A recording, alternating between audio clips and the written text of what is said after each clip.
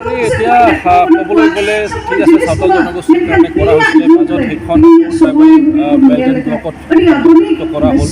আৰু সেই হিচাপে যিসকল ট্ৰাইবেল মানুহ বা যিবিলাক প্ৰটেক্টেড ক্লাছৰ মানুহ তেখেতসকলৰ কাৰণে সংৰক্ষিত কৰা হৈছে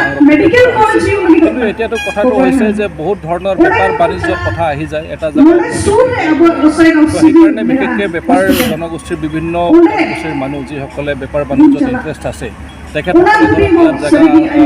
মানে তেখেতসকলৰ দখলত আছে বা তেখেতসকলে আৰু সেই হিচাপে ইয়াত যিটো মানে আমি ক'বলৈ গ'লে শ্ৰীৰামপুৰ যিটো বজাৰ এৰিয়াত যিহেতু চাওতাল জনগোষ্ঠীৰ তেনেকুৱা বিজনেছমেন উইমেন নাই তো এটা যিহেতু বজাৰ লাগে তো সেই হিচাপত তেখেতসকলে ইয়াত আহিছে মই ভাবোঁ যে এটা আমাৰ কাৰণে মানে এটা অন্তৰ্গাঁথনি এটা হৈ গৈছে ইয়াত যিটো মানে আমি নিবিচাৰিলেও একচেপ্ট কৰাটো উচিত কাৰণ নহ'লে বেপাৰ বাণিজ্যত বা সামগ্ৰী সা সামগ্ৰী লাগে ক'ৰ পৰা পাব জনগোষ্ঠীয়ে যিহেতু সেইটো মানে ৰাস্তাত আগুৱাই যাব পৰা নাই তেনেকুৱা ধৰণৰ জনগোষ্ঠীৰ বা যিবিলাকে বেপাৰ বাণিজ্যত লাগি আছে তেনেকুৱা দৰকাৰ আছে আৰু মই ভাবোঁ যে বেদখলটো হোৱা নাই কাৰণ নামবিলাক যিটো যাৰ নামত থাকিব লাগে সিহঁতৰ নামতে আছে এতিয়া কিবা এটা আণ্ডাৰষ্টেণ্ডিং ভিজুৱেল আণ্ডাৰষ্টেণ্ডিং থাকি আছে কিন্তু যিটো ট্ৰাইবেল বেল্ট এণ্ড গ্ৰুপত আমি জানো যে আমাৰ ট্ৰাইবেল মানুহেতো কিনা বেচাটো নহয় অফিচিয়েল ৰেকৰ্ডত মই ভাবোঁ যে বেদখল হোৱা নাই কাৰণ অফিচিয়েলি তেখেতসকলে কেতিয়াও মানে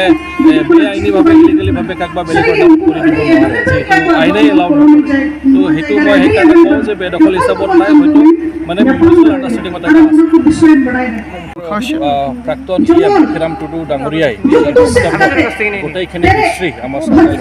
তেখেতে দাঙি ধৰিলে এটা ডাঙৰ দীঘল এটা হিষ্ট্ৰী আছে যে আছিলে তেতিয়া আমাৰ এটা চাওতাল বিদ্ৰোহ হৈছিল আৰু চাওতাল বিদ্ৰোহটো 1855 পৰা আৰম্ভ কৰা হৈছিলে সিদ্ধ মুৰ্মু আৰু কানহু মুৰ্মুৰ এতিয়া তেখেতসকলে ইমান ভাল অৰ্গেনাইজ কৰিছিলে সকলো মানে জাতি জনগোষ্ঠীৰ মানে আমাৰ চাওতাল জনগোষ্ঠীৰ মানুহক যে ব্ৰিটিছসকলে যিবিলাকে শাসন কৰি আছিলে আৰু যিবিলাক জমিনদাৰ আছিলে তো তেখেতসকলৰ এগেইনষ্টত আছিলে তো ইমান ধুনীয়াকৈ সংগঠিত কৰিছিলে যে তেখেতসকলে ভয় খাই গৈছিলে যে এইবিলাক মানুহ যদি একেলগত তেনেকুৱা থাকে আমি আমাৰ ৰাজত্ব কৰাটো বা আমাৰ শাসন চলোৱাটো বহুত প্ৰব্লেম হ'ব সেই ধৰণে তাৰ পৰা কি ধৰণে তেখেতসকলক উইক কৰা যাব কমজোৰ কৰা যাব সেই প্লানটো পৰিকল্পনা তেখেতসকলে কৰিলে সেই হিচাপে তেখেতসকলে বিভিন্ন মানুহক দায়িত্ব দিলে যে এই জনগোষ্ঠীৰ মানুহক বিভিন্ন জেগাত যাতে আপোনালোকে লৈ যায় তাৰ ভিতৰত ভাৰতবৰ্ষৰে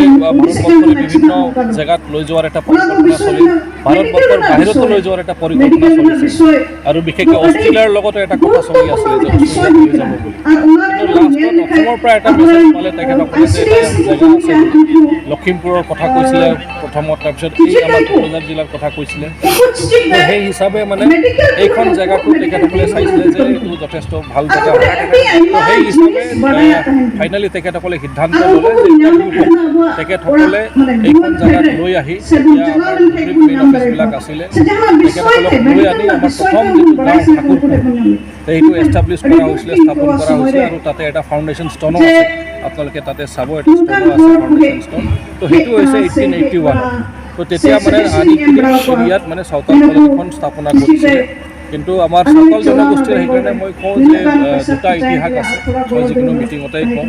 এটা ইতিহাস আছে যিটো প্ৰমাণ কৰে যে চাওতাল জনগোষ্ঠী অসমত আগৰ পৰাই বসবাস কৰিছিলে এটা হৈছিলে যে চাওতাল জনগোষ্ঠীক কমজোৰ কৰাৰ কাৰণে এটা গ্ৰুপক ইয়াত পষ্টপুলি অনা হৈছিলে ইয়াত কোনো মাইগ্ৰেট নিজৰ ইচ্ছাত কোনেও মাইগ্ৰেট কৰি ইয়াত অহা নাই বা তেনেকুৱা ধৰণৰ মানে তো এইটো হৈছে মেইন ষ্টৰী যিটো ক'বলৈ গ'লে